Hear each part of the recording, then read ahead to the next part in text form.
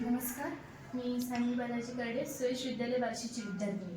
आज सुप्रसिद्ध न्यूरोसर्जन म्हणजेच बार्शीचे दुसरे भगवंत म्हणून ज्यांना ओळखले जाते असे डॉक्टर अमित पडवळ सर यांची मुलाखत घेण्यासाठी आज मी या ठिकाणी उपस्थित आहे.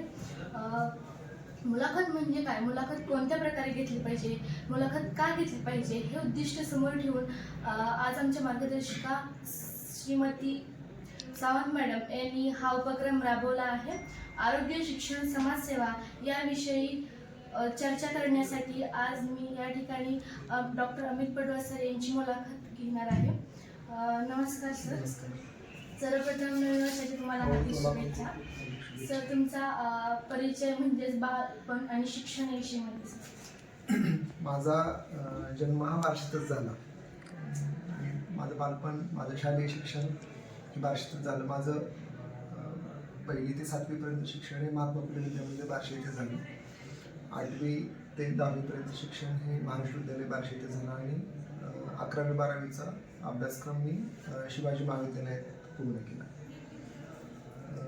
त्यानंतर MBBS शिक्षण माझं पुण्याच्या BJ मेडिकल कॉलेज इथे झालं आणि MA जनरल सर्जरी शिक्षण हे नागपूरच्या इंदिरा गांधी गव्हर्नमेंट मेडिकल कॉलेजला झालं आणि MCH न्यूरोसर्जरीचा अभ्यासक्रम मी national institute of mental health NIMHANS या संस्थेमध्ये बेंगलोर येथे पूर्ण केलं. सर, तुमचा डॉक्टर होण्याचा निर्णय किंवा तुम्हाला प्रेरणा कशी मिळाली? डॉक्टर होण्याचं कारण, मी लहान असताना माझी आई बरीच वर्ष आजारी होते आणि त्यामुळं तिचा आजारपण मी पाहिलं. त्यावेळेला वैद्यकीय पेशाशी किंवा हॉस्पिटलशी माझा खूप जवळचा संबंध आला आणि त्यातूनच मग त्याबद्दल आपल्याला एक आवड निर्माण होते आणि माझ्या आईची पण इच्छा होती की मी डॉक्टर व्हावं. त्यामुळं मी डॉक्टर होण्याचा निर्णय घेतला आणि मला असं वाटतं ते योग्यच होतं. सर, तुम्हाला डॉक्टर म्हणून कोणत्या आव्हानांना सामोरे जावं लागतं? मी एक न्यूरोसर्जन आहे. न्यूरोसर्जन म्हणजे माझ्याकडे येणारे जे रुग्ण असतात हे सर्व अपघात येते किंवा मेंदूला जखमा झालेले किंवा मणक्याच्या आजाराचे रुग्ण असतात. तर हे आजार हे एक प्रकारचे जटिल किंवा क्लिष्ट प्रकारचे आजार असे आपण म्हणू शकतो.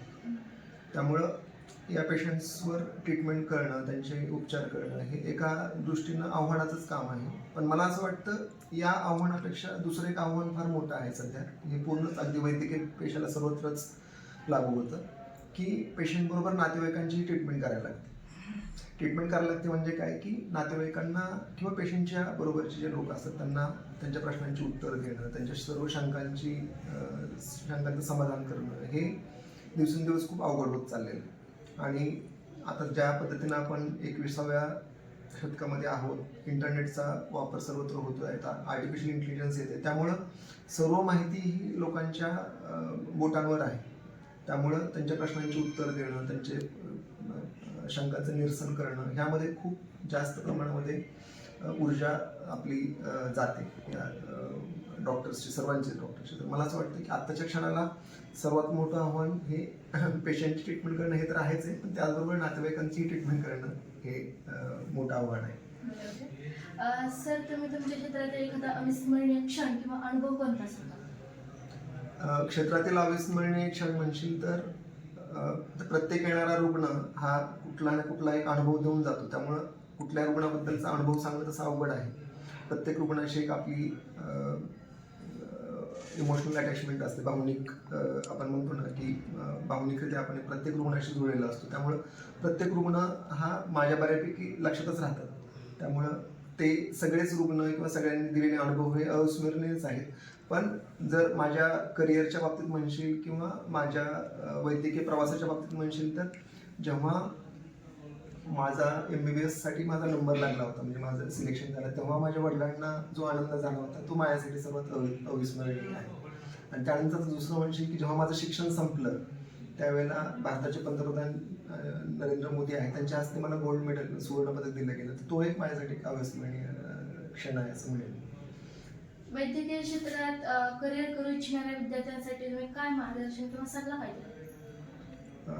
मी एवढंच सांगेन की वैद्यकीय क्षेत्राकडे आपण बघताना नेहमी हा विचार करतो की आपण 1-2 रोल मॉडेल डॉक्टर्सकडे बघतो आणि असं म्हणतो की नाही ह्या डॉक्टरांसारखं मला करिअर करायचं आहे किंवा मला या डॉक्टरांसारखं व्हायचं आहे, बरोबर आहे की? तर हे चुकीचं आहे.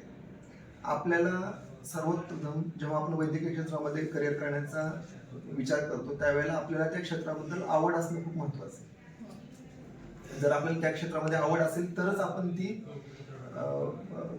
क्षेत्रामध्ये आपण पुढं यशस्वी होऊ शकतो किंवा त्यात हे करतो. मला असं वाटतं की आधी ह्या गोष्टीचा आपण विचार करणं खूप महत्त्वाचं आहे, कारण त्या क्षेत्रामध्ये आपल्याला आपलं उर्वरित आयुष्य काढायचं असतं. त्यामुळं सर्वात प्रथम आपल्याला त्या क्षेत्राबद्दल आवड असणं खूप महत्त्वाचं आहे. आणि जेव्हा तुम्हाला असं कळतं की आपल्याला त्या क्षेत्राबद्दल खरोखरच खूप आवड आहे तर त्याबरोबर प्रचंड कष्ट करण्याची तयारी असणं महत्त्वाचं आहे. शेवटी पेशंटचे आरोग्य निरोगी राहण्यासाठी तुम्ही काय मार्गदर्शन कराल? पेशंट होऊच नाही म्हणून आपण काळजी घेणं महत्त्वाचं आहे. पेशंट होऊ नये याच्यासाठी काय करायला लागेल सर्वांनी आहार व्यवस्थित घेणं महत्त्वाचं आहे, आपले विचार चांगले असणं महत्त्वाचं आहे आणि झोप रात्रीची घेणं व्यवस्थित महत्त्वाचं आहे. आणि याचबरोबर आजकालच्या युगातल्या तुझ्यासारख्या विद्यार्थ्यांसाठी मी एवढंच सांगू शकतो की मोबाईलचा वापर किंवा इंटरनेटचा वापर जेवढा कमी करता येईल तेवढा करण्याचा आपण प्रयत्न करणं खूप महत्त्वाचं आहे. इंटरनेटचं व्यसनाधीनता खूप वाढलेली आहे तरुण पिढीमध्ये, तर ते कमी करणं खूप महत्त्वाचं आहे. आणि एक न्यूरोसर्जन म्हणून मी माझ्या पेशंट्सना म्हणण्यापेक्षा सर्व लोकांना सांगू इच्छितो की हेल्मेटचा वापर करणं आपण खूप महत्त्वाचं आहे. हेल्मेट जर लोकांनी वापरले तर कित्येक अपघात किंवा अपघातातून जाणारे बळी हे वाचू शकते. तर त्यामुळे मी असं म्हणेन की हेल्मेटबाबतची जनजागृती होणं खूप महत्त्वाचं आहे. खूप खूप धन्यवाद सर तुमचा एवढा बहुमूल्य वेळ मला दिल्याबद्दल. एका छोट्याशा विनंतीला मान देऊन तुमचा बहुमूल्य वेळ दिलात मला. आरोग्य, शिक्षण, समाजसेवा याविषयी तुम्ही अतिशय उत्कृष्ट मार्गदर्शन आम्हाला केले आणि तुमचा हा जीवन प्रवास अतिशय उत्कृष्ट आहे, आम्हाला प्रेरणादायी आहे आणि मीही तुमच्याप्रमाणेच एक यशस्वी व्यक्ती होऊन दाखवेन. धन्यवाद सर. थँक्यू.